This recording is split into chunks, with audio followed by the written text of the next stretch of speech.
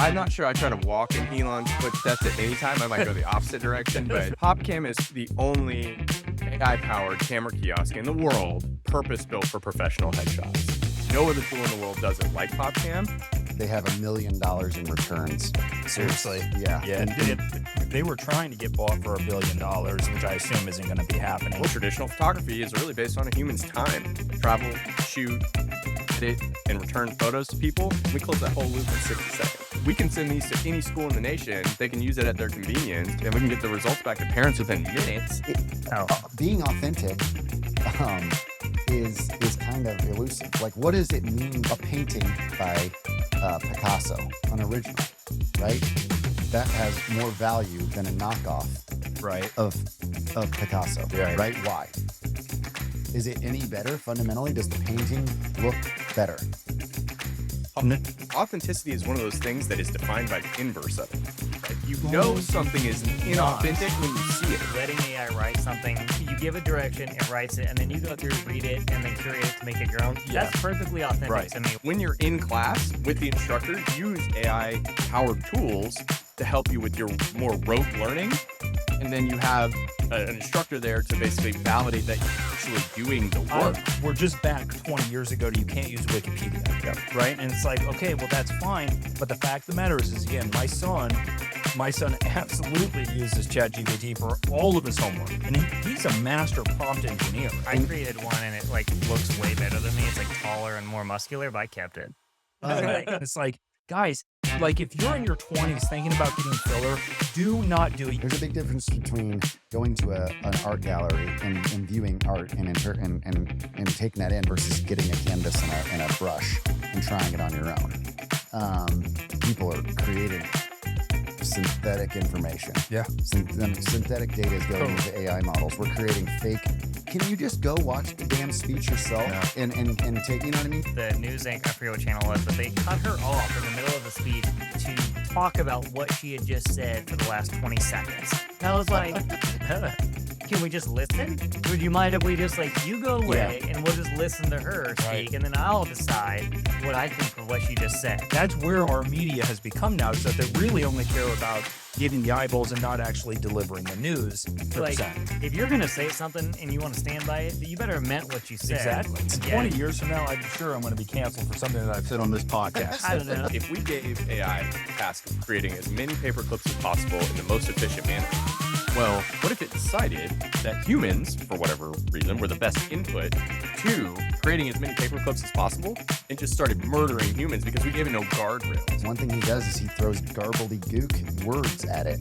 It was like a kerfuffle-muggin, right? Okay, he said, please draw a picture of a kerfuffle-muggin. And it drew this unbelievably cool-looking bird, right? It was rainbow. Get them over that writer's block, or hell, I made a logo for my mom. She's got an Airbnb. She wants to turn her house into an Airbnb. I can't freaking draw, but we got a pretty cool logo out of it. I think baseline, you just have to have good intent with how you use these tools. Yeah. If you don't have good intent, no matter what tool you use, it's going to be inauthentic. Academia is always ahead of the game when it comes to this stuff, but academia is always in schools, and there's always been this concept of authenticity. It's so core to everything that they do.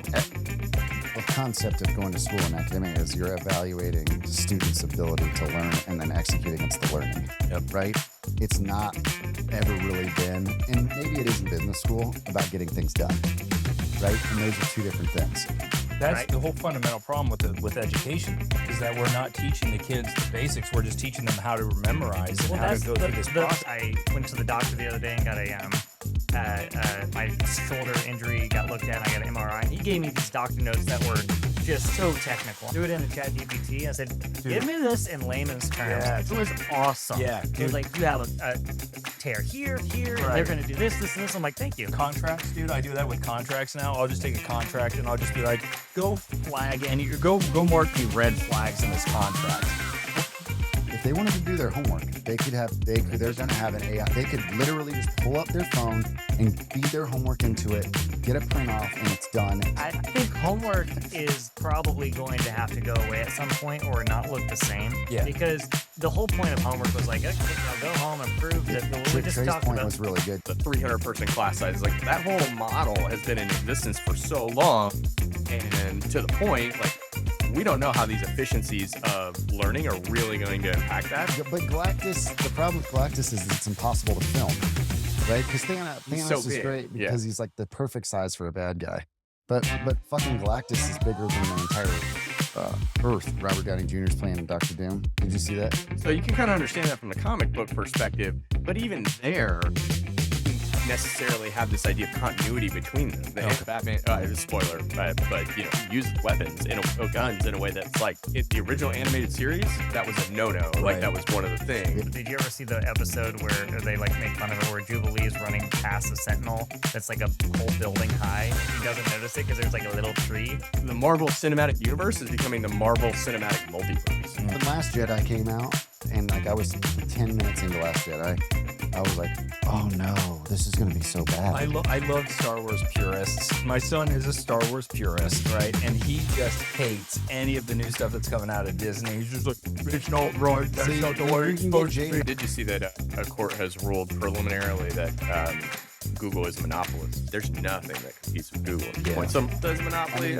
probably. What is the responsibility of any nation or government to try to regulate something that is at this point worldwide? And Yeah. like, at some point, we're not building software; we're just amending software to meet the needs of a few. You can go anywhere in the United States, and you know that you go to a gas pump and you put the pump in, Sure. it's going to fit. Right. That is not true EV chargers today. I just don't think governments should ultimately be trying to control and demand what innovations happen within products, because governments suck at that. Google is a fucking monopoly. Yeah. Because you know what? You go search for something on Google right now. 3/4 of the first page is all ads. It's But so we bad. still use it. Oh, right, It's but the like- number 2 search engine in the world. Yeah. I Probably. think Google's number 1, and I think YouTube's number 2. How many Plus. startups in the world do you think are on their pitch deck or writing, we're going to take Google down? Somebody pitch that to me and be like, you're Yeah. insane. Yeah. Like, Well, you're and insane. next thing you know, you have 2 $10 trillion market cap Right. companies. Microsoft. And they're building robots and cars. Right. If you couldn't recreate Facebook, even if you started today, because of all the humans that have contributed, so they call it the ghost in the machine. Humans come up with these mech units that they put a human inside, and the machines like rip the arms and the legs off this guy while he's inside of it. It's disgusting and amazing at the That's same awesome. time.